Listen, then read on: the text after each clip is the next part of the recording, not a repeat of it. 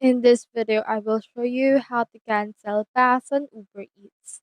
So in order to do that, what we can do is we can head over right here to our account, and then from in there, you should be able to see in here all of your account details. So from in there, what we can do is we can see this try Uber one. So this means that I haven't subscribed yet to the pass.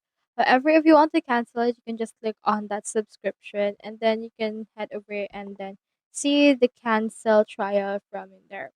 So since this is actually prompting me to subscribe, I can actually get the pass for 4 weeks free or 1 month free for this one. It can be for monthly, annual, or student. If you don't want to use it anymore, you can cancel it using this way as well. Or if you want, you can also find it right here using the manage script subscription option from there. So that's how you cancel pass on Uber Eats.